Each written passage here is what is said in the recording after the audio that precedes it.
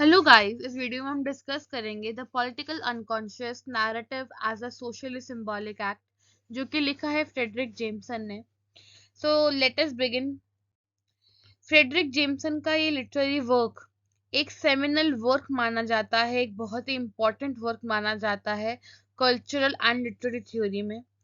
ये work publish हुआ था 1981 में और पॉलिटिक्स और कल्चर के बारे में गहराई से बात करता है। ये नैरेटिव, ये हमारा लिटरेरी वर्क एक मार्क्सिस्ट एनालिसिस किया गया है। जो कार्ल मार्क्स थे, जो उन्होंने अपनी थ्योरी दी थी कि कैसे हर चीज जो सोसाइटी में होती है वो सब शेप होती है हमारी कम्युनिटी से, हमारे कैपिटलिज्म से, कि कैसे हम चीजों को खरीदते और बेचते हैं, उससे क्या इम्पैक्ट पड़ता है सोसाइटी पे। ये एक मार्क्सिस्ट अप्रोच थी और उसी तरीके का एनालिसिस करेंगे हम इस टेक्स्ट में भी। तो late us begin. While analysing this text, हमारा पहला पॉइंट आता है मार्क्सिस्ट लिटरेरी क्रिटिसिज्म। तो जेम्सन के हिसाब से अगर वो मार्क्सिस्ट के फ्रेमवर्क को एनालाइज करते हैं और उसी हिसाब से लिटरेचर को एनालाइज करते हैं, तो कोई भी लिटरेरी वर्क अपने टाइम के इकोनॉमिक स्ट्रक्चर का एक रिफ्लेक्शन होती है। वो सिर्फ और सिर्फ एक रिफ्लेक्शन ही नहीं, बल्कि सोसाइटी में हो रहे कॉन्ट्राडिक्शंस, सोसाइटी में हो रहे कॉन्फ्लिक्ट्स, सोसाइटी में हो रहे चेंजेस का एक प्रदर्शन होती है।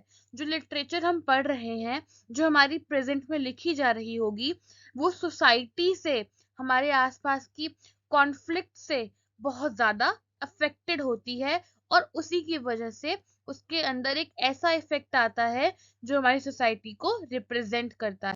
ये जो इनका लिटरेरी वर्क है, ये हिस्टोरिकल मटेरियलिज्म से रिलेटेड है।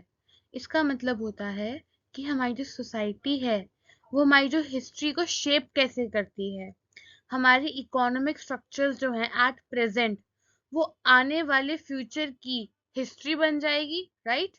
तो आज जो हम करेंगे, आज जो हमारी यहाँ की कंडीशंस होंगी, जो इकोनॉमिक स्ट्रक्चर होगा, वही आगे आने वाली जनरेशन का हिस्ट्री होगी। आगे आने जनरेशन के लिए वही हिस्टोरिकल कॉन्सेप्ट्स होंगे। तो यही है हिस्टोरिकल मटेरियलिज्म, कि जो मटेरियल कंडीशंस हैं, जो हमें, जिनसे आगे बढ़ के असलियत में सोचना चाहिए, पर हम उनके पीछे मरते हैं, उन चीजों के पीछे। जैसे हमें ज्यादा प्रॉफिट चाहिए, हमें अमीर होना है, हमें सब कुछ सब अपने लिए रखना है, ऐसे मटेरियल कॉन्सेप्ट्स, ये हिस्टोरिकल मटेरियलिज्म है। कि कैसे हमारी जो कंडीशंस हैं, सोसाइटी की कंडीशंस हैं, वो हमारी हिस्ट्री से कनेक्टेड हैं। Moving forward, it is narrative as socially symbolic act. हम जिस तरह का लिटरेचर पढ़ेंगे, जिस तरह के टेक्स्ट पढ़ेंगे, उसी तरीके का उसी तरीके का जो हमारा आसपास का एनवायरनमेंट होगा, जो हमारी सोशल कंडीशंस होंगी, हम वैसे ही चीजों को परसीव कर पाएंगे। जैसा मेरा चीजों को पढ़ने और उसको परसीव करने का ढंग होगा, मैं हर चीज में वैसे ही मीनिंग ढूंढूंगी। हमारे मेरा जो सोशल वर्ल्ड है, जो पॉलिटिकल वर्ल्ड है, मैं उन चीजों को अपने लिटरेरी वर्ल्ड से, अपने जो मेरे जो मेंटल परसीवेंस है, जो मैं समझ पा रही हूँ, उन चीजों से कनेक्ट करूंगी। तो बेसिकली यहाँ पे हम बात कर रहे हैं कि जो हमारे नैरेटिव है वो सोशली कनेक्टेड चीजें हैं। हम जैसे नैरेटिव पढ़ते हैं वैसे ही सोशली बिहेव करते हैं, वही रिफ्लेक्ट होता है हमारे सोशल एक्ट्स में भी। Allegory and utopia. अब अकॉर्डिंग टू जेमसन, जो हमारे लिटरेरी टेक्स्ट होते हैं, कैसे भी लिटरेरी टेक्स्ट हैं, किसी भी एरा के, किसी भी टाइम के, वो टेक्स्ट सिर्फ प्लेन टेक्स्ट नहीं होते कि कुछ भी स्टोरी बता रहे हैं या कोई कॉन्सेप्ट बता रहे हैं। रादर उनके अंदर एक अंडरटोन होती है सोसाइटी की, सोशल टेंशन की अंडरटोन होती है। ऐसे एलिमेंट होते हैं, सोचो, मैं एक नॉर्मल स्टोरी बता रही हूँ आपको, एक फार्मर की और एक फार्मर उसकी वाइफ की, ठीक है। अब उसमें मैं आपको एक्सप्रेस कर रही हूँ कि कैसे फार्मर टेंशन में रहता है हमेशा, वो कर्जे में डूबा हुआ है, जो उसकी वाइफ है उस विलेज में बहुत ज्यादा डिस्क्रिमिनेशन फेस करती है। तो ऐसी चीजों में स्टोरी नहीं बता रही हूँ मैं आपको, मैं इसके अंदर की एक सोशल अंडरटोन भी बता पा रही हूँ आपको, कि कैसे ये नैरेटिव एक सोशल कॉन्सेप्ट को भी, एक सोशल प्रॉब्लम को भी अपनी अंडरटोन में रख रहा है, एक्सप्लेन कर पा रहा है. So that is the point of allegory and utopia. अब हमें ये तो समझना ही पड़ेगा ना कि हमारे इस लिटरेरी वर्क को ये टाइटल क्यों दिया गया है, द पॉलिटिकल अनकॉन्शियस, कुछ और क्यों नहीं बोला गया.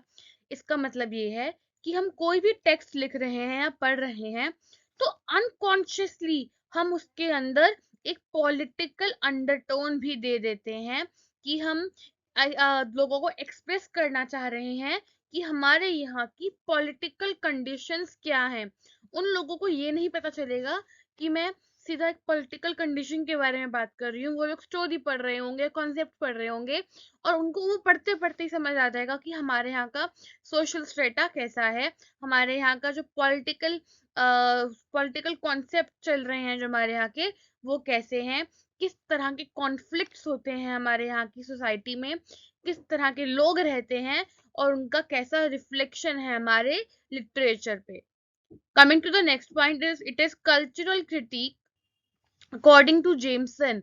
ये जो हमारी लिटरेचर होती है ना, किसी भी तरह की आर्ट फॉर्म होती है, वो सिर्फ और सिर्फ यही एक्सप्रेस नहीं कर रही कि वो आर्ट क्या है, कोई स्टोरी टेल नहीं कर रही, रादर वो एक कल्चर को रिप्रेजेंट करती है. एक ब्रॉडर टर्म है हमारी जो आर्ट है, ब्रॉड चीज को कवर करती है जो है हमारा culture. It is a cultural production जिसको एक कवर कर पा रही है. तो इसी में ही बताते हैं कि हमें ये नहीं पता होता है कि हम उस कल्चर के बारे में पढ़ रहे हैं, हम सिर्फ वो आर्ट फॉर्म का एनालाइज कर रहे होते हैं और वही पढ़ते पढ़ते हमारे अंदर कॉन्शियसनेस आ जाती है, हमारे अंदर एक तरह की एक्सेप्टेंस आ जाती है कि ये कल्चर, ये आर्ट फॉर्म ऐसे होता है और इस तरीके से जनरेट होता है. Coming to the last point, it is post modernism and late capitalism. अब जेमसन बताते हैं कि कैसे मॉडर्निज्म के बाद, कैसे चीजों के चेंज हो जाने के बाद, न्यू तरीके के रूल्स एंड कॉन्सेप्ट्स बन जाने के बाद, जब पोएट्स बहुत फ्री हो गए हैं, राइटर्स बहुत फ्री हो गए हैं अपनी राइटिंग्स में कुछ भी इंक्लूड करने के लिए, उस टाइम के बाद क्या क्या चैलेंजेस आते हैं कल्चरल प्रोडक्शन में. जो हम कल्चर के बारे में लिख पाते थे पहले, उसमें किस तरीके से चेंज आ जाता है. अब एक पूरी जो हमारी राइटिंग का स्टाइल है वो बदल जाता है, जो कन्वे करने का स्टाइल है वो बदल जाता है. इनके हिसाब से कैपिटलिज्म भी, यानी कि चीजों को खरीदना, बेचना, अपने प्रॉफिट पे नजर डालना, ये सब चीजें भी हमारे नैरेटिव को बहुत ही ज्यादा अफेक्ट करती हैं, ईदर पॉजिटिवली और नेगेटिवली.